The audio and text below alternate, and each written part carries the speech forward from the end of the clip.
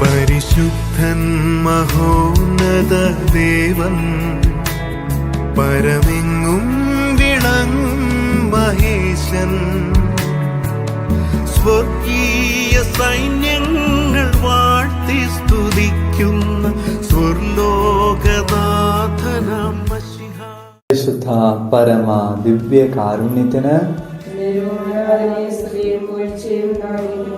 പരിശുദ്ധ പരമ ദിവ്യ കാരുണ്യത്തിന് പരിശുദ്ധ പരമ ദിവ്യ കാരുണ്യത്തിന്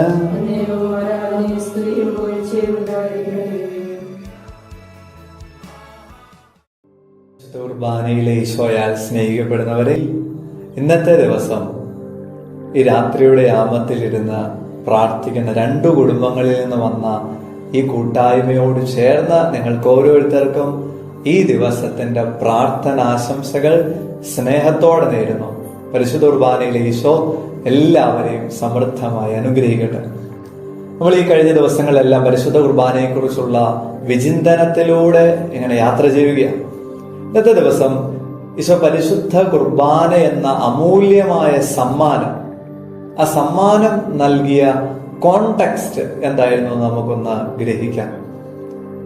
നമുക്കറിയാം, അവർണ്ണനീയമായ ദാനത്തിന് കർത്താവെ അങ്ങേക്ക് സ്തുതി എന്നാണ് വിശുദ്ധ കുർബാന മധ്യേ നമ്മൾ പ്രാർത്ഥിക്കുന്നത്. അതായത് പരിശുദ്ധ കുർബാന എന്നത് അവർണ്ണനീയമായ, വർണ്ണിക്കാനായിട്ടാവാത്ത ഒരു ദാനമാണെന്ന് നമ്മൾ പറയുന്നത്. ആ വർണ്ണിക്കാനാവാത്ത ദാനം നമുക്ക് കിട്ടിയത് കർത്താവിന്റെ അന്ത്യ അത്താഴത്തിലാണ്. അതായത് ഈശോ വലിയ ക്ലേശം അനുഭവിച്ചിരുന്ന ഒരു സമയത്താണ് ഈശോയിൽ നിന്ന് വളരെ പ്രധാനപ്പെട്ട ഒരു സമ്മാനം നമുക്ക് ഓരോരുത്തർക്കും ലഭിക്കുന്നത്. ഈശോയ്ക്ക് അറിയാമായിരുന്നു താൻ ഒറ്റിക്കൊടുക്കപ്പെടാനിരിക്കുന്ന രാത്രി ഇതാണ്, താൻ തള്ളിപ്പറയപ്പെടാൻ പോകുന്ന രാത്രി ഇതാണ്. ഇതെല്ലാം ഈശോയ്ക്ക് മുൻകൂട്ടി അറിയാം. അങ്ങനെ ഒരു മനക്ലേശത്തിന്റെ തീവ്രമായിട്ടുള്ള ഒരു സമ്മർദ്ദത്തിന്റെ നടുവിലാണ് ഈശോ നമുക്ക് അവർണ്ണനീയമായിട്ടുള്ള പരിശുദ്ധ കുർബാന എന്ന സമ്മാനം തരുന്നത്. പ്രിയപ്പെട്ടവരെ, നമ്മളും ക്ലേശങ്ങൾ അനുഭവിക്കുന്നവരാണ്. മനക്ലേശം, ദുരിതം ഇതൊക്കെ അനുഭവിക്കുന്നവരാണ്. ഈ സമയം എന്ന് പറയുന്നത്, ഈ ക്ലേശത്തിന്റെ സമയം എന്ന് പറയുന്നത് നമ്മൾ ഓരോരുത്തരിൽ നിന്ന് അമൂല്യമായ ദാനങ്ങൾ, വലിയ ദൈവകൃപകൾ മറ്റുള്ളവരിലേക്ക് ഒഴുകുന്ന ഒരു സമയമാണെന്നുള്ള തിരിച്ചറിവ് നമുക്ക് പ്രധാനപ്പെട്ടതാണ്. ഈശോ ദൈവത്തോട് ചേർന്ന് നിന്ന ഒരു വ്യക്തി ആയിരുന്നതുകൊണ്ട് ക്ലേശത്തിന്റെ സമയത്ത് ഈശോയിൽ നിന്ന് അതിസുന്ദരമായിട്ടുള്ള സമ്മാനം നമുക്ക് ഓരോരുത്തർക്കും ലഭിച്ചു.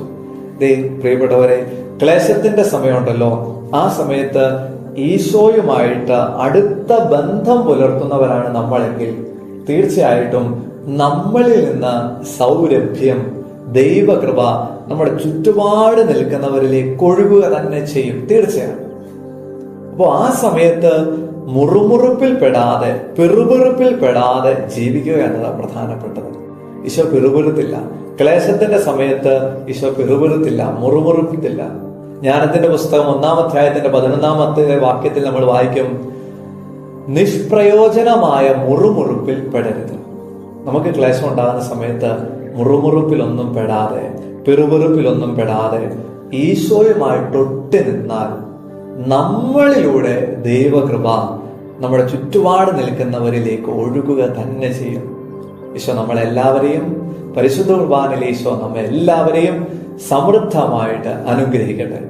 നമ്മുടെ കർത്താവ് ഈശോ മിശിഹായുടെ കൃപയും പിതാവായ ദൈവത്തിന്റെ സ്നേഹവും പരിശുദ്ധാത്മാവിന്റെ സഹവാസവും നാം എല്ലാവരോടും കൂടെ ഉണ്ടായിരിക്കട്ടെ, ഇപ്പോഴും എപ്പോഴും എന്നേക്കും. ദിവ്യകാരുണ്യത്തിൻ മുൻപിൽ മാറാത്ത ദുഃഖങ്ങളില്ല, ദിവ്യകാരുണ്യത്തിൻ മുൻപിൽ തീരാത്ത ദുരിതങ്ങളില്ല, ദിവ്യകാരുണ്യത്തിൻ മുൻപിൽ ഉണങ്ങാത്ത മുറിവുകളില്ല, ദിവ്യകാരുണ്യത്തിൻ മുൻപിൽ തോരാത്ത കണ്ണുനീരില്ല.